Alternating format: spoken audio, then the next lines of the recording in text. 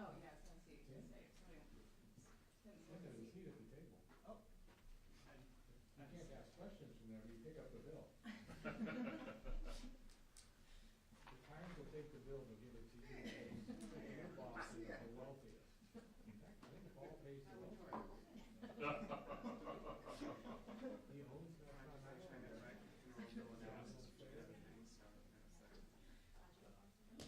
Yeah, this is. Don't say we ever gave you anything.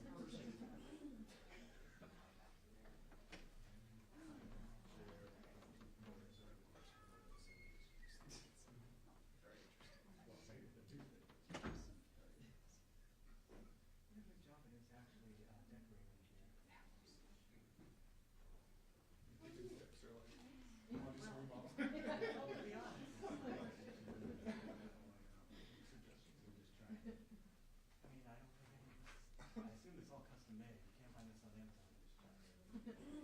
Get one of those shoes, like there. Right. It's like a budget gap. Maybe we should get on for like 6 months of merchandise, you know, as seen in the BBW. Yeah, like some of the big. Well, somebody wants to.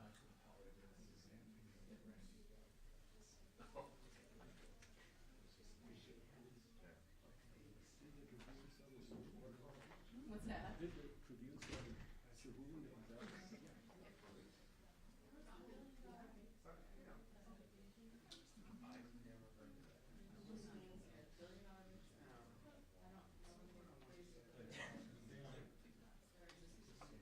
That's the goal. I did. I like the car wash.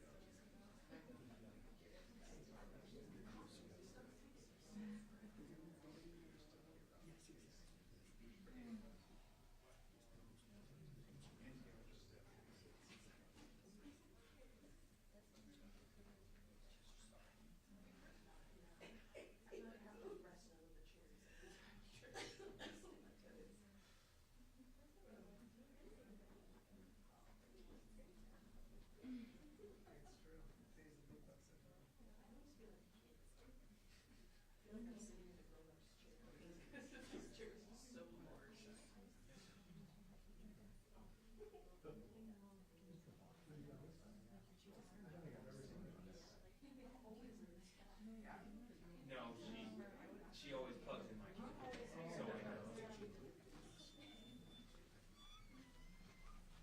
Hi, everybody. Thanks so much for joining us today. We appreciate it. We're here today to provide an update on the operating budget.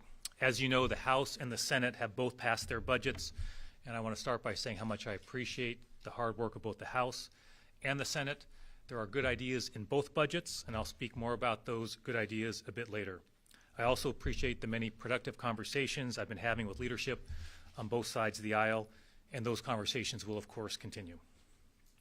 Neither budget, however, is close to one that I can sign for two key reasons.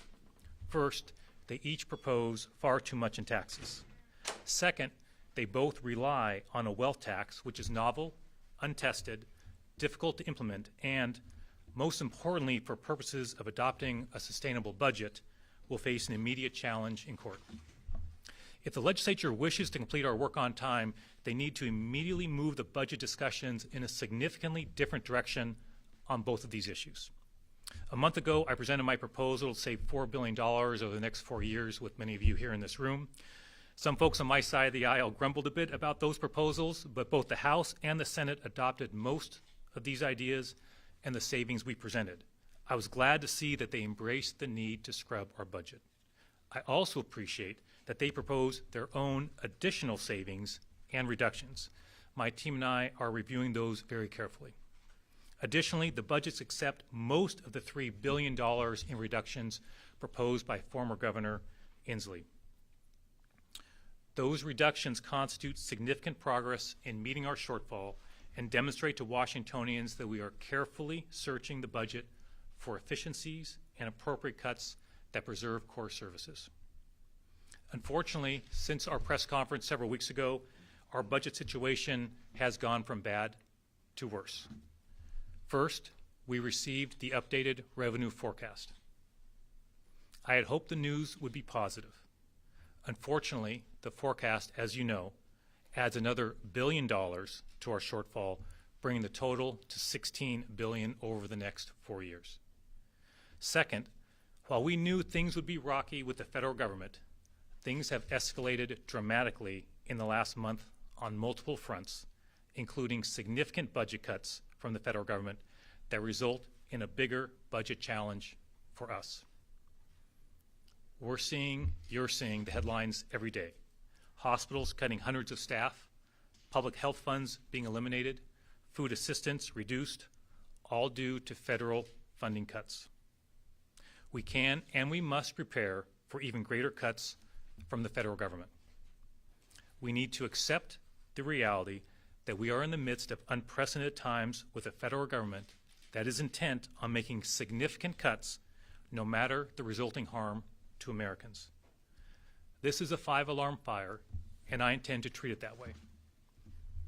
After a careful review of our budget situation, it is clear we cannot adopt an all-cuts budget because that would result in cutting core services. At the same time, we cannot adopt a budget with anywhere near the level of taxes currently proposed by the House and Senate. We must take a balanced approach that prepares our state for an extremely challenging situation with the federal government and our economy. I'm joined by OFM Director K.D. Chapman C. K.D. and her team have been working extremely hard since I took office, and she's here to help answer questions, particularly for any detailed questions you may have about the budget. I do want to be very clear about my priorities with legislators and the public as we work toward a final budget. Here are 5 things I need to sign. Here are 5 things I need to see in the budget that I will ultimately sign. First, we must protect our rainy day fund, otherwise known as the Budget Stabilization Account, the BSA. My apologies if I use those terms interchangeably, but when I refer to rainy day fund, I am referring to the BSA, the Budget Stabilization Account. So we must protect our rainy day fund, every penny of it. The House budget does this, and I support that.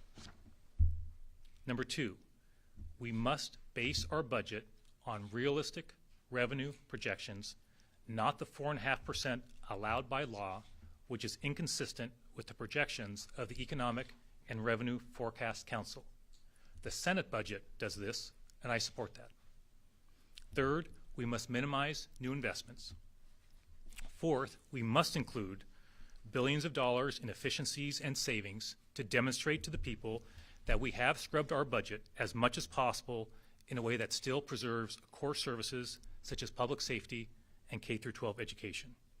And fifth, we cannot rely on a revenue source with a real possibility of being overturned by the courts.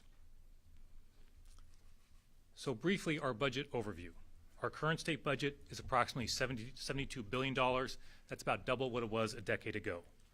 We are not in a recession. Our new budget will continue to grow. Both budgets have targeted investments I support. One example, both chambers have proposals on the response to overcrowding in juvenile rehabilitation. We have a real crisis right now and have been working in a bipartisan way to address it.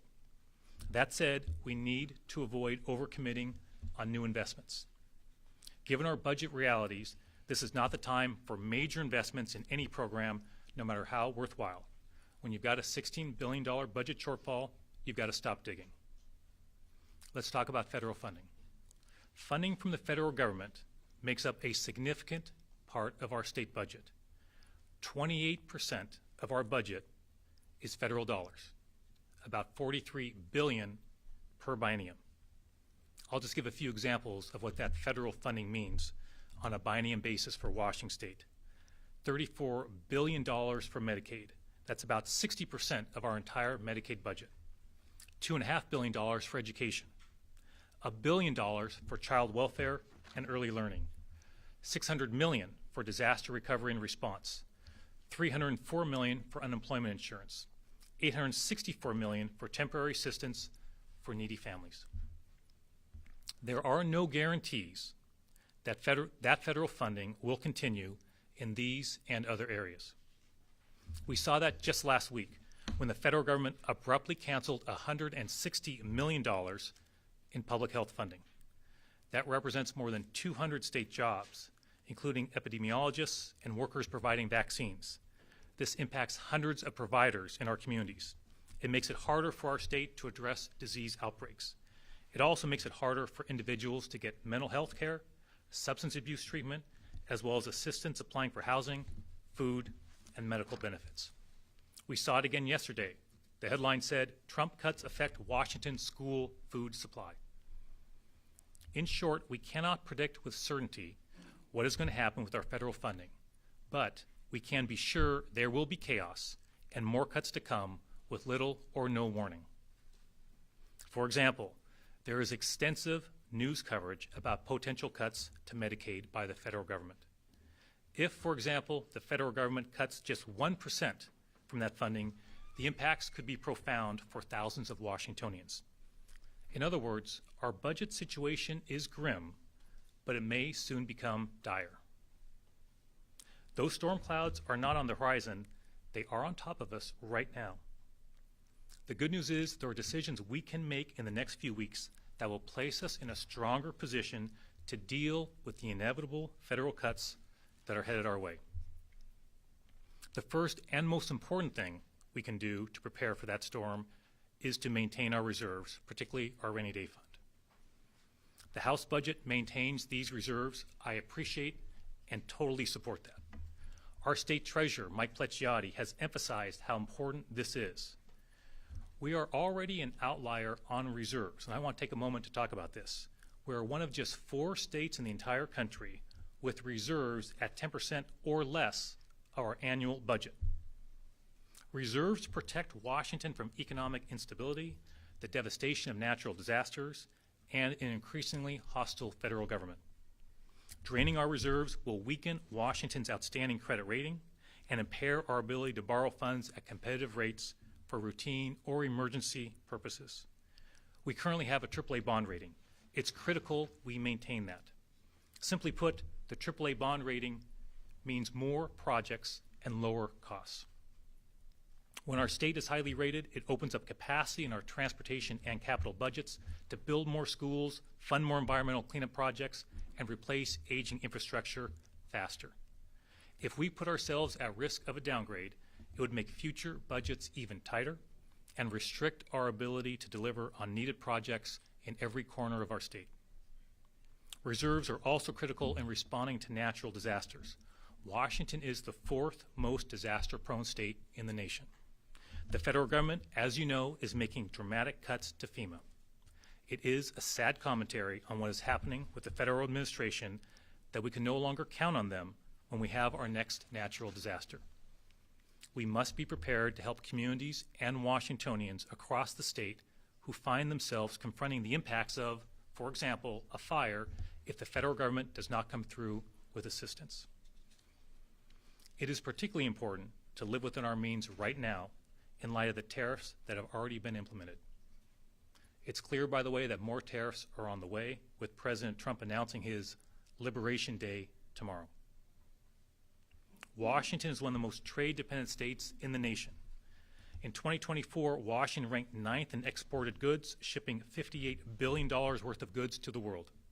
Nearly $120 billion exports and imports flowed through Washington state ports last year. Approximately 40% of our jobs are tied to trade. Washington's agricultural exports totaled $7.5 billion in 2023. Canada is our #1 export market for agricultural goods, and Mexico is number 4. A trade war will hit Washington hard, especially our farmers. We have to plan for that. Whatever might happen in the future, we are not currently in a recession, which is why many Washingtonians I speak to wonder why we have a $16 billion budget shortfall. We must balance in a more sustainable way, and based on what our economic experts say, the revenue forecast is. The law does allow us to assume 4.5% growth, even if that's not realistic. That does not mean, however, we must spend to that amount. In the past, we budgeted assuming 4.5% growth, even though the Economic and Revenue Forecast Council projected a lower amount of growth. We cannot do that any longer. Any budget I sign must spend only based on what our economic experts forecast our growth will be. Washington families must budget to the actual salaries of their family members. The state of Washington, as long as I'm governor, will do exactly that. Our budget must also be based on revenue sources that we can successfully defend in court. I said before I took office that I'm deeply skeptical of proposals for a wealth tax. My position has not changed. Despite that, both chambers adopted budgets that rely on untested wealth tax. $12 billion in the Senate, $7 billion in the House. I will not sign that. The legal arguments for a wealth tax are untested. The courts could go either way on that issue. It would be irresponsible to rely on an untested new tax to balance our budget, particularly given the situation we face with the federal government. This is my question to those who seek to balance our budget with a multi-billion-dollar wealth tax. What's the plan if the wealth tax is declared unconstitutional after the session ends? I have not heard a satisfactory answer to that question. I do agree with proponents of the wealth tax on something very important. Washington's tax structure is too regressive. Indeed, we have the second most regressive tax structure in the country. And I'm not opposed to revenue that makes our system more fair. That's why I supported our capital gains tax and successfully defended it as Attorney General. At that time, I was not a legislator. I did not have to take a position on the capital gains tax. I did anyway because I believed that was a revenue source that made sense, and I was very confident we could defend it in court, which we did. That's why I supported a tax on big out-of-state banks, and we successfully defended that in court as well. But we need to be smart about how we address this issue, and that includes adopting revenue sources that we are very confident we can successfully defend in court. There are also important questions about implementation and how successful it will be in the long term. The Department of Revenue, as you know, noted that many countries have ultimately repealed wealth taxes due to high administrative costs, tax evasion, and low revenues. In short, we need to make a sustainable plan now that Washingtonians can rely on. We need to use the time we have, just a few more weeks, to make a plan using revenue sources we are confident will hold up in court. And we can do that by working together. I understand that my approach is making some of my friends and supporters unhappy. That is okay. Sometimes we need to tell our friends our truths. Our values are being challenged by the Trump administration right now as we speak in real time. We protect our values by making sure we are not beholden to a federal government that has shown its willingness to use funding to punish organizations and states it disagrees with. I have some experience dealing with Donald Trump. When I was Attorney General, we won nearly 60 cases against the Trump administration because we built an excellent legal team. We prepared very, very carefully. We anticipated what he would do next, and we acted decisively. We rarely lost. Hope is not a strategy with Donald Trump. Take my word on that. I am not going to allow the state that I love to be at the financial mercy of Donald Trump and Elon Musk. That is not going to happen. We are in a challenging financial situation. We must not make it weaker. We must make smart choices now so that in the coming months and years, we can protect Washingtonians on Medicaid, support our education system, preserve public health, support Washingtonians facing national disasters, and maintain core services. The time to prepare is right now. Inheriting a $16 billion budget shortfall with a hostile federal government was not how I wanted to start my first term as governor of the state of Washington. There is no point in complaining about it, but I do plan on addressing it head on. Here's what that means. No budget gimmicks, no unrealistic revenue assumptions, preserve our reserves and our rainy day fund, prepare for more cuts from the federal government, preserve our AAA bond rating, protect core services, and balance the budget. If we take those steps now, and we can, our budget will be based on a strong foundation and will withstand the storm that is upon us. Thanks for your time, and I look forward to any questions that you have. Hear you say anything about the payroll tax. As you know, Brad Smith, president of Yep. Microsoft, has suggested it will cost Washingtonians jobs. Yep. East Side mayors have said the same thing. I didn't hear you say one way or the other how you feel about a payroll tax. You're right, Chris. You hear me talk about a lot of different taxes. So we have a whole conversation going on with leadership. So that's a conversation we're having, right? And there's going to be a lot of negotiations going on with legislative leaders. So we're going to have those conversations play out. We've got a few more weeks. But because the budget specifically relied on, as you know, the wealth tax specifically, and I've been communicating my concerns I'm outlining here with legislative leaders, but I felt it was important to let the public know where I stood on that because it was such a big part of those budgets. So are you entertaining the idea of a 5% payroll tax? What I'm going to do is have a conversation with both caucuses about what our options are, but I'm not going to negotiate that right here. Yes. The Department of Labor and Industries requested nearly $40 million to upgrade the workers' compensation system. OFM dropped that request to $17.9 million, and both the House and Senate have included that in their budget proposals. However, your budget did not include any funding for that IT upgrade. Can you explain the rationale for that? And to my understanding, there are also numerous quality assurance concerns. Did that play into your decision? Yep. So we will have in the next 20, I don't know if you want to take this. I was going to mention the concerns letter, but this is Katie, as you know. Do you want? Yeah. So, actually, just to clarify, Yeah.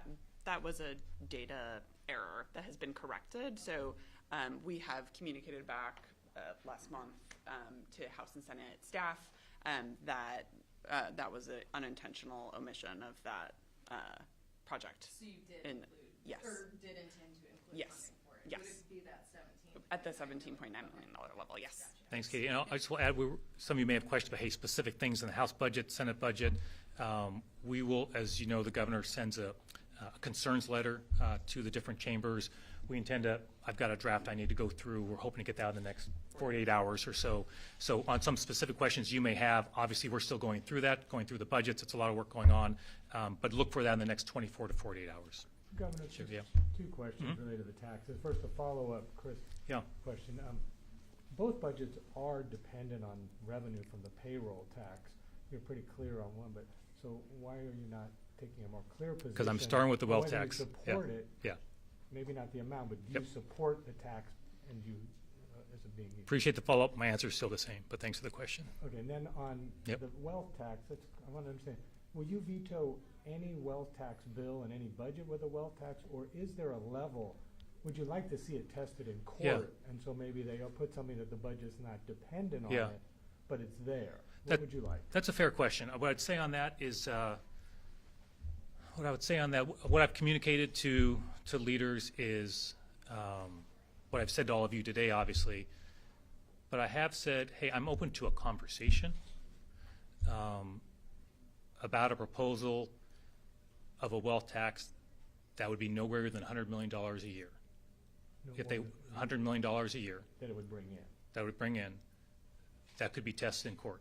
So I want to be very clear, I'm not committed to that, but there's been a lot of conversation about wealth taxes, you might imagine, from myself and legislative leaders and others as well. And so what I've said in response to that is I'm open to a conversation about that. To your point about, hey, if folks want to see it and get it tested in court, see if it can be upheld, see if it's tested in the court of public opinion, see if it's upheld, see if it can be implemented. I think those are all fair perspectives. So what I've said to them is what I'm saying to you is I'm open to a conversation about that. I've not made any commitments on that, but I'm open to a conversation on that. Where does your Yes. support stand for increasing the cap on property taxes? I appreciate all the questions on different revenue sources. I'm just not going to engage in those, so I appreciate that. Those are conversations we're going to have. There's a lot of negotiations to go on, but I'm just not going to get into specific proposals right now. Do you have any concerns about how that would impact the cost of housing in an already expensive state for it? I have concerns about any revenue source and what that means for businesses, for Washingtonians, you name it. I have concerns, which is why a few weeks ago I talked about, hey, let's look at our budget first. Let's find the efficiencies first. The reason for that was because I have concerns about new revenues, especially given, where our economy may be heading right now with the tariffs and what's coming from the federal government. But that said, we have multiple weeks ahead of us. There's going to be a lot of negotiations on that. I think there needs to be a balanced approach. I'm persuaded by that. But I'm not going to negotiate the details of that right here, and I'm sure you all understand that. Yes. You previously spoke about implementing furlough days, 1 day a month for 2 years. The Right. Senate budget would allow for up to 13 days furlough, I believe, and the House wouldn't. Have you shifted your stance at all on potential furloughs for state workers? No. We put those ideas out there for the legislature, as you know, and we've got a very challenging budget situation. I saw with interest what the legislature proposed in that and what they didn't propose in that. So again, this is all, you guys have all been around here a long time, right? You know what happens in the next few weeks. There's a lot of negotiations that are going to go on, a lot of conversations are going to go on, and but I do appreciate, and I do want to underscore this, that most of what we propose, thanks mostly to the hard work of Katie and the team on reductions and savings, most of that was adopted. And I think that is a big step in the right direction. I think Washingtonians expect us, before we go talking about new revenues and what those look like, that we've tried to go through our budget as carefully as we possibly can. So I appreciate the fact that they accepted most of those, and that I think I mentioned in my remarks, if not I want to emphasize this, they also have their own ideas that we're going through. I'm sure we're going to be accepting and working with them on many of those as well. So, and we're still building that number, which sort of also gets to the revenue question, right? What is the number we've got to get to? Part of it is, hey, how much can we get on the savings, right? There's proposals from one of the chambers on eliminating some tax breaks for entities. I think there's a lot of merit to that, right? Are there the votes for those? These are all the conversations that have to go on as you come in for a landing on a budget, obviously. So we're looking at those, and we're glad they leaned into that as well. That's extremely helpful for us as we try to close this out. Governor, any room for further consideration from your office on the budget proposal that came from Senate Republicans with no new taxes and still funding, public safety, schools, all that stuff? I think I have a meeting in 35 minutes with Senator Braun and Representative Stokesbury, so I'm sure I'll be hearing their perspective. I've been meeting with two of them regularly as well. So again, I won't get into the details of those conversations for obvious reasons, right? We're at a critical time. But I appreciate the perspective, and we've had multiple meetings, just like I've had with the Democratic leadership, and those conversations will go on. Governor, in Yes. your inaugural address, Mhm. you vowed to veto a budget that didn't include $100 million Yeah. for police grants. Do you stand by that? I do. Yes. I had the same question. Yep. Look, I'll just elaborate on that. It's anyone who's ever worked with me in my time as AG knows I'm very thoughtful about having bottom lines. As you can imagine, as AG, any lawsuit we bring, at some point you're trying to settle a case so it doesn't go to trial, and at some point I just would believe in saying to the other side, this is our bottom line. And anyone who ever worked with me, any entities we had a lawsuit against knows I did not deviate from those bottom lines. Governor, If I can just finish, right? I did not deviate from those bottom lines. So I don't make them lightly. I want to be really clear about that. I put a lot of care into and a lot of thought before I put a bottom line out there because they're bottom lines, right? But that is important. And look, and I appreciate that on both the House and Senate, a lot of different proposals out there. So I appreciate that, that folks are looking at that. I appreciate Senator Holy, has been a great ally on this. I really appreciate that. And his flexibility is greatly appreciated. I want to emphasize that. I think he's made it very clear. He's not tied to simply sort of one way to get there. But no, I'm confident it'll be there in the end. But Yes. Governor, Yeah, if we can get someone who hasn't had a question yet, yeah. I wanted to ask, you mentioned the state's regressive tax code, Yeah. where lower income folks pay more proportionally than wealthier folks. Mhm. The wealth tax, legislative Democrats have said that's part of addressing that. Mhm. There's also a sales tax cut included in the Mhm. Senate Democrats' budget, and Yeah. included the wealth tax to help make that happen. Yeah. I guess I just wanted to ask a bigger picture Mhm. question of like, when is the time to make substantial changes to the way the tax code works in that way? Mhm. And I guess, what does the path look like to accomplishing that, just knowing the constraints that there are around tax policies? Yeah, man, I think I spoke with that at some length, right? In other words, I share that concern. I talked about it a lot when I was running for governor, how aggressive our tax system is. But I think in solving any problem is doing that in a way that is smart and that makes sense and is achievable, right? And so, I don't want to get into the details on the legal side of it for all sorts of obvious reasons, but, I think it is fair to say that the courts go either way on that issue. So it is simply not an option for me, okay, to balance a budget on a revenue source where that is the case. And so to Jerry's earlier question, that's why I've said I'm open to a conversation on something that is very, very small that can then be tested in court. Hey, that's a conversation I'm willing to have because it goes to the heart of your question, right? We do have a system that is not fair, that is too aggressive. That's a fact. So I'm open to trying to solve that, but we've got to be doing that in a way that is that's thoughtful. Jerry, do you have a follow follow-up? Yeah. up on the Mhm. question about the $100 million. We Yeah. spoke a couple weeks ago. You said, whatever Senator Holy is good with, I'm good with. He was good with less than $100 million at that time. In fact, he was good with the bill that passed out of the Senate today. I think had along the lines of $12.5 million a year. So are you still in that position that if Senator Holy's good with it, you're good with it? Well, I'll follow up with Senator Hope. We'll have more conversation. So, but I'm committed to the $100 million. But thanks for the follow-up on that. Governor Ferguson, Yes. As you know, homelessness in America is at an all-time high. Washington's ranked number 3. Yeah. Clearly, the current plan is not working yet. The Trump administration has indicated that they're going to cut some more funding at the U.S. Department of Housing and Urban Development that could impact homelessness Mhm. even further here. Some of the largest housing providers, DESE, coming out expressing concern. First of all, what's wrong with cutting wasteful spending into programs that are clearly not working and maybe even enabling homelessness on the streets? And also, what is your backup plan in the event the Trump administration does indeed cut even more at HUD? Well, a couple thoughts on that. So, I think on the point about, hey, what's the plan if there are more cuts? I tried to outline that approach in my remarks, right?